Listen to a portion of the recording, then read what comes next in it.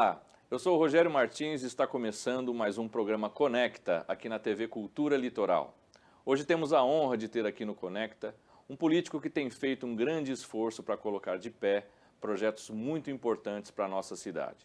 Responsável pela Secretaria de Assuntos Portuários e Emprego de Santos, Bruno Orlandi, advogado, professor universitário, vereador de Santos e agora secretário. Bruno, eu conheço a sua história, a sua trajetória, sei da seriedade sua como político, mas a gente vem de um recesso eleitoral de um país totalmente polarizado, inundado por fake news e por um ambiente onde torna a política cada vez mais descrente pela população. Como que você enxerga, como você lida sendo um bom político com essa situação que a gente vive no Brasil hoje? Obrigado, Rogério, pelo convite e pela importância de estar aqui no programa Conecta, na TV Cultura. É sempre uma alegria poder falar um pouquinho do nosso trabalho. E, de fato, a gente vive um momento de muita descrença na política. Hoje a gente verifica que as pessoas estão acompanhando mais a política, mas, infelizmente, o político está vivendo um momento de dificuldade. Mas talvez seja um momento de dificuldade para que a gente possa construir uma sociedade melhor, uma classe política cada vez mais atuante. E eu acho que o divisor de águas é o preparo, é a qualificação. Quando a gente vai para a iniciativa privada, ou mesmo no poder público, o que diferencia aquele profissional de sucesso é aquele que só qualificou. Ele foi para uma faculdade, ele fez uma especialização, ele fez um mestrado, um doutorado, e ele se colocou cada vez mais preparado para os desafios do dia a dia. E isso é muito valorizado na iniciativa privada. Quando alguém está numa empresa, ela começa a se preparar, fala uma segunda língua, uma terceira, para de fato entregar o melhor para aquela empresa. E na política não pode ser diferente. Você tem que ter preparo, você tem que ir atrás de uma especialização, do mestrado, uma experiência de trabalho, conhecer de fato política pública, conhecer a legislação que você ora pode estar fazendo como membro do Poder Legislativo, ou ora tem que estar cumprindo como membro do Poder Executivo, mas para que você de fato faça o trabalho à altura e tenha o respeito da população, você tem que conhecer o seu trabalho. E aí, é conhecer política pública, é conhecer gestão pública, é conhecer todo o arcabouço legal para que você possa fazer a melhor entrega para aquele que é de fato o grande artífice dessa história, que é o cidadão. E não tem como melhorar a política sem a participação da população. Por isso, assim, eu sou fã da política, da boa política, e sempre enalteço políticos que fazem um bom trabalho, assim como o Bruno faz. E é importante que a população não perca a fé na política, porque ela é a única maneira de transformar o país para um país melhor. Bruno, você está à frente de uma secretaria muito importante, que é a Secretaria de Assuntos Portuários e Emprego, né? Dois assuntos muito importantes na região. E o tempo para mostrar serviço é curto, porque ano que vem a gente já tem eleição para prefeito. Queria que você falasse quais são as suas principais metas para essa secretaria nesse prazo de tempo tão curto. Rogério, a Secretaria de Assuntos Portuários e Emprego, de fato, tem um desafio enorme pela frente. A gente tem a obrigação legal, a competência de fazer o link da relação porto-cidade, ou seja, linkar a cidade de Santos, histórica, enfim, que é uma referência para todo o Brasil, com o maior porto da América Latina que está aqui, que é o Porto de Santos. Então, nosso objetivo é fomentar investimento, é fomentar a relação, é trazer essa relação cada vez melhor e, obviamente, trazer os pares, trazer o poder estadual, o poder federal, a gente fala o executivo, mas também o legislativo, para as questões sensíveis ao porto. E aí, quero dar alguns exemplos aqui importantíssimos.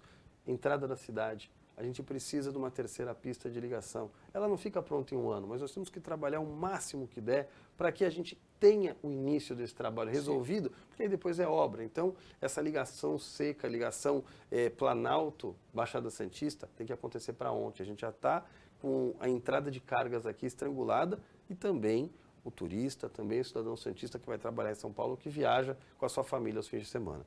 Por outro lado, a gente tem um problema muito sério de dragagem aqui no nosso canal. Esse problema tem que ser resolvido o mais rápido possível e não mais com contratações pontuais. A gente precisa de uma solução um pouco mais perene, definitiva, para que a gente não tenha as dificuldades oriundas de um processo de licitação ou de uma quebra de uma empresa que acaba impactando em milhões e milhões de reais, que são as cargas que aqui saem e acabam atrasando, e isso é um prejuízo para o país. Por outro lado, o Porto é o maior empregador da cidade. Então não tem como o emprego estar distante da Secretaria de Assuntos Portuários. Nós temos feito todo mês o que a gente chama de caravana do emprego. A gente vai até o local algum bairro mais afastado da cidade, onde as pessoas têm dificuldade muitas vezes de buscar a oportunidade, e levamos a nossa equipe inteira para lá, ofertando vagas de empresa que estão abertas, buscando a qualificação de todos os interessados e verificando o perfil. Se houver o perfil para aquela vaga, a gente faz o encaminhamento. E com isso, as pessoas têm a oportunidade de ser entrevistado e realmente voltar para o mercado de trabalho. Então, em curtas palavras, hoje a Secretaria de Assuntos Portuários faz a relação porto-cidade e na parte do emprego fomenta o máximo possível para que a gente possa ter cada vez mais oportunidade de emprego e qualificação profissional, o que no final do dia é qualidade e dignidade para todas as pessoas. Perfeito, Bruno. O que eu gostei muito da fala do Bruno foi a respeito de que não se faz uma estrada em um ano. Por mais que as metas e, eventualmente, o período dele à frente dessa secretaria possa se encerrar ao final do próximo mandato, o importante é deixar políticas públicas estruturadas para que elas continuem, para que elas não sejam interrompidas com o mandato. E eu gosto muito dessa fala que ele disse, é deixar esse legado para que, eventualmente, ele ou outro secretário assuma essa responsabilidade de concluir e continuar. É isso aí. Política séria se faz assim. Secretário Bruno, só se fala no Parque Valongo, um grande sonho da população santista de ter o seu porto revitalizado. Só se fala também no túnel, na ligação seca entre Santos e Guarujá. Eu queria saber de você, é verdade tudo isso? Isso vai sair do papel?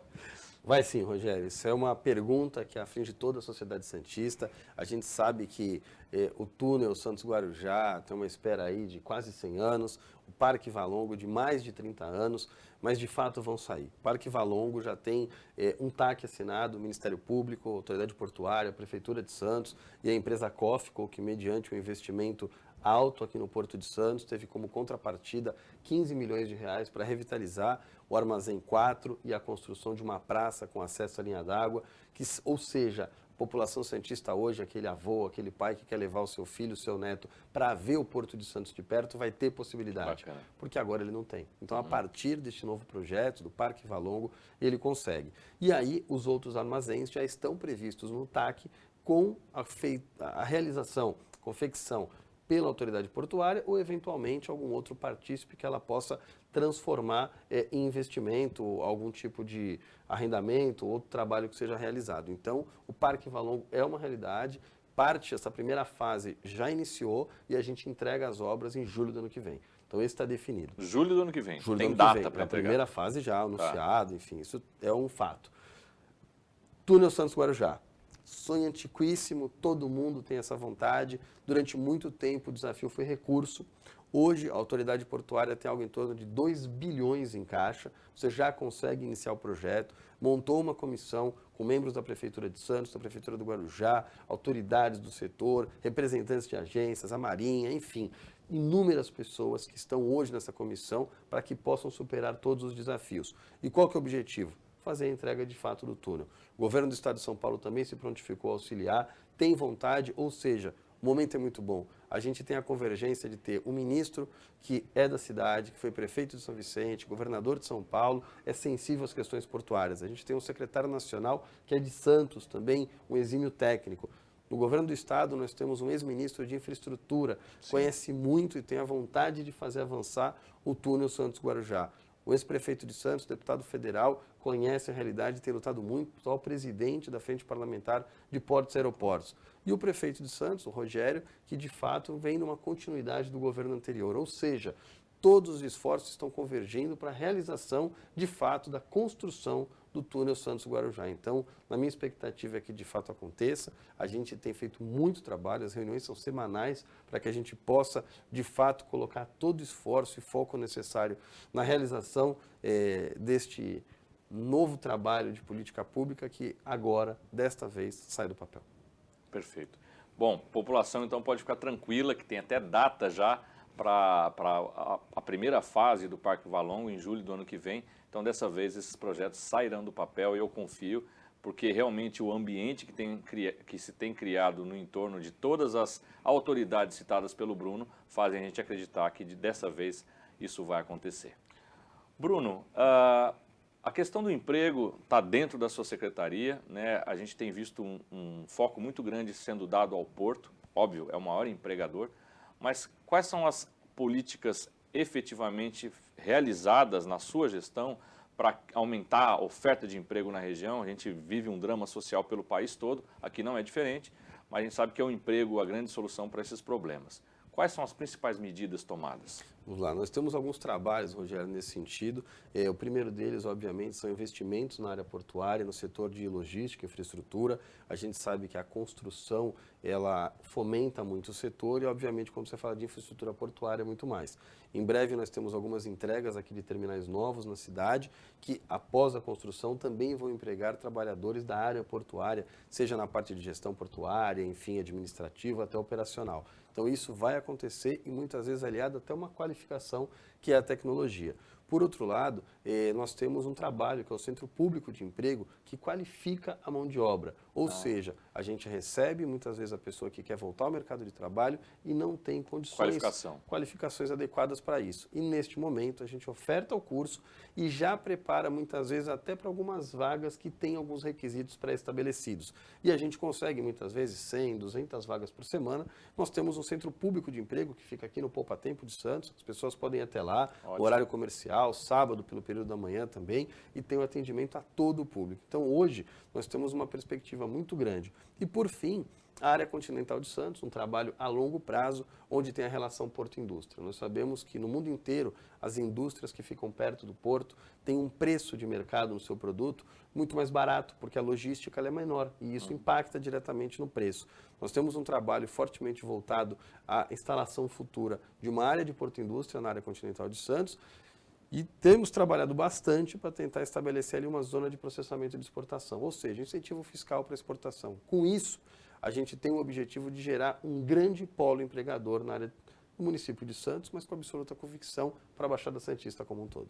Perfeito. Então, para você que nos ouve, no Poupa Tempo existe a central, então, pública da Prefeitura para realocação e treinamento das pessoas que faltam alguma qualificação para se reinserirem no mercado de trabalho. Então, você que está procurando emprego, está aí uma alternativa viável para se recolocar.